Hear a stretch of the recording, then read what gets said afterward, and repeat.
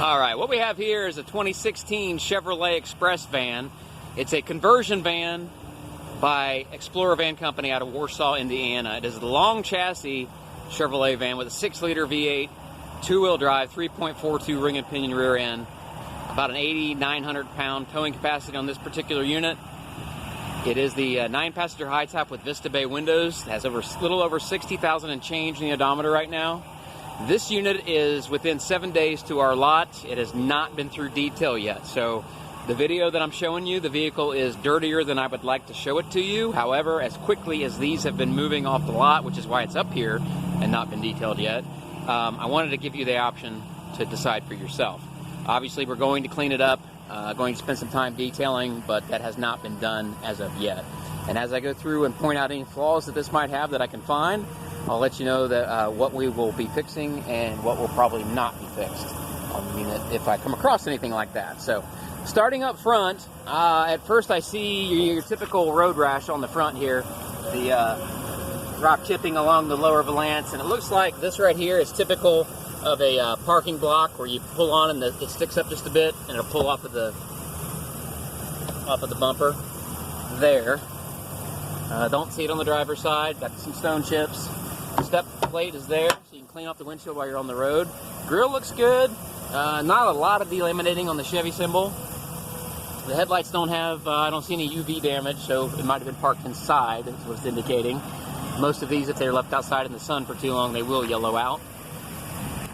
Hood has one ding, looks like here, very small. I don't see any real bad stone chipping or anything across the front. Top of it looks okay. I've got a little wonk in the body line right there, if you can see it.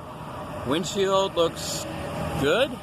High top looks good. The mirrors look good. The windows are tinted, and there are rain guards installed. Fade paint from a gray to a silver as you progress up the belt line of the vehicle. 20 by 9-inch wheels. There's Bridgestones on there now. It looks like they have about 40% tread left or so. As of right now, I'm not sure what service will do with those at this point. It's right on the borderline. Along the bottom here, I don't see any major damage to the vehicle. Paint looks pretty good. I do have a couple little tiny chips here and there that happen over time. I know I'm pointing it out, but I'm going to pick it apart for you because you're out of state. So I want you to see it in its entirety. It will probably get buffed up a bit, but like I said, I wanted to point out to you as we have it. I do see some damage back here on the running boards. We're going to need to fix that as well. Crack here, crack there. I don't know if it was caught or what. Back wheel looks good, no curb damage. I do have a little bit of the clear peeling. Again, tires, I'm going to let service determine whether it needs new rubber or not. Glass looks good. Small chip, small scratch. Little body dings here and there, they can be taken care of. Backup sensors, there's your class 3 with your 7 and your 4-pin connector. Backup sensors, looks like it had bumped something here and been touched up. Got some loading scars. Backup camera. Does need some touch-up work. Scrape there as well. Body noise though, I see zero rust, zero dings.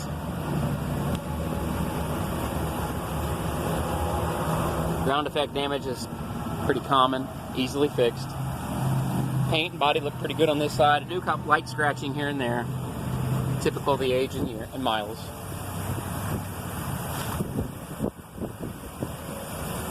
Start up here. Let's have the gray two-tone inside. Again, this is exactly as we purchased the vehicle from the other dealer. It has not been cleaned, detailed.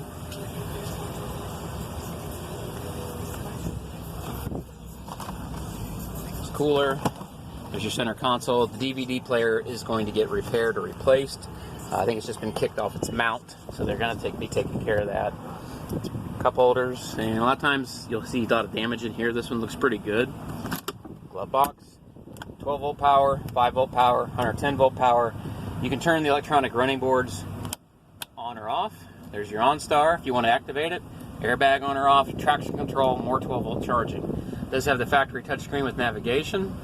Front heat and air controls, trailer tow mode. There's your dash readout with the mileage, 60,999. Does have steering wheel controls with Bluetooth. Overhead console for your lower ceiling cabinet and your driving lights. There's your rear heat and air controls. Driver's seat, no rips, tears, or punctures. Leather looks good, needs cleaned up. It's missing a switch. We'll replace that as well. Power in all ways, plus heat and lumbar on the front 2 seats. Center console has another 110, another 12-volt power, HDMI in for the television, TV speakers on or off, and 5-volt USB charging, as well as storage. The center console in these does quick release on each side and come out if you want it to. Does have power running boards on it.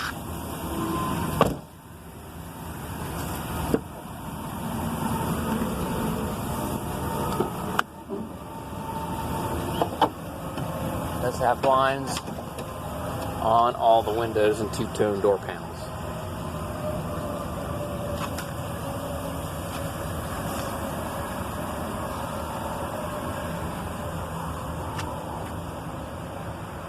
Flat screen television, Vista Bay windows, and you see your mood lighting is on. Upholstery looks like it doesn't have any rips, tears, or punctures in it. All 4 of these captain's chairs and the 9-passenger do swivel.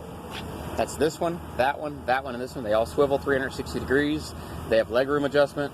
They do recline and incline, and they also quick release and come out. So all 4 of these captain's chairs have a quick release on the bottom. You can carry 0, you can carry 4, or any combination thereof, or in any place. Kind of flexible that way. You have to release the seatbelt from the bulkhead, however. Center console. Again, like we said, USB charging, 110 volt there for a game console hookup if you want it. DVD players either getting replaced or repaired depending on what it needs. It hasn't been back through service yet. You have storage, lighted cup holders. There's a dimmer switch for your mood lighting. And there's your 4 captain's chairs. No funky smells in here. It doesn't smell like anybody's used it to transport animals on a regular basis. It doesn't smell like it was a smoker's van. I do not smoke, so I'm fairly sensitive to that myself. Rear sofa bed. I don't see any rips, tears, or puncture in any of the leather. Blinds look really good. Rear heat and air, rear surround sound speakers, rear storage. You have the sunroof that is power and a sunshade in the rear.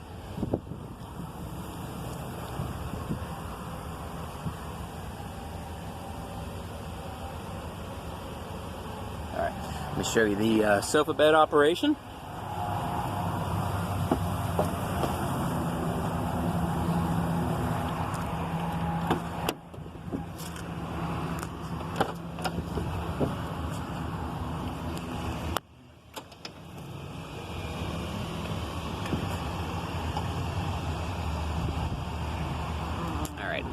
And there is the bed. I should have probably put the seat up farther. Wouldn't have raised that bed right there. But you can see how it works with the sofa bed laid down and back. You still have a little bit of storage underneath.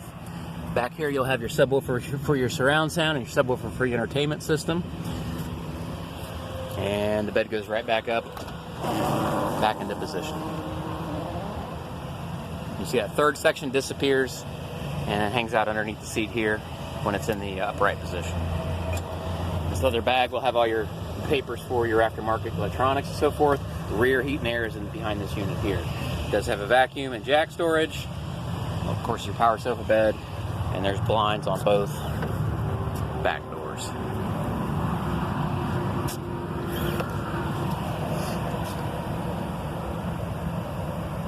All right, I'm gonna ship this video off to you. Let me know your thoughts when you have time, please.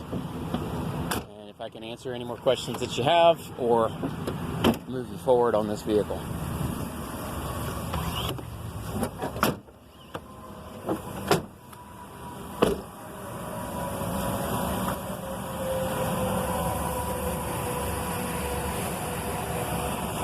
Have a great day. We'll chat soon.